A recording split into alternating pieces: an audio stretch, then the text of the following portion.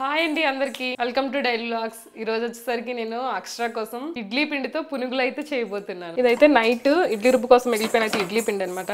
సన్నగా తరిగి పెట్టుకున్న ఉల్లిపాయ ముక్కలు, ఓకేనా, పచ్చిమిర్చి, తరిగి పెట్టుకున్న కరివేపాకు, కొంచెం జీలకర్ర, 1/2 స్పూన్ సాల్ట్, ఒక 2 స్పూన్ల వరకు బియ్యం పిండి. మొత్తం మిక్స్ అయ్యేంత వరకు బాగా అయితే కలుపుకోవాలి.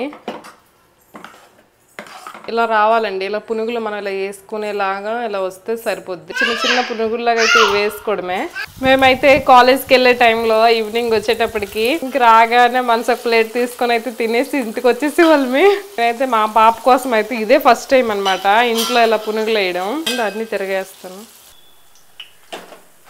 పునుగులు అయితే చేస్తానండి. పునుగుల్లోకి పల్లీ చట్నీ కూడా చేశాను. ఇక మా పాప అయితే ఒక పక్క నుండి లాగించేస్తుంది.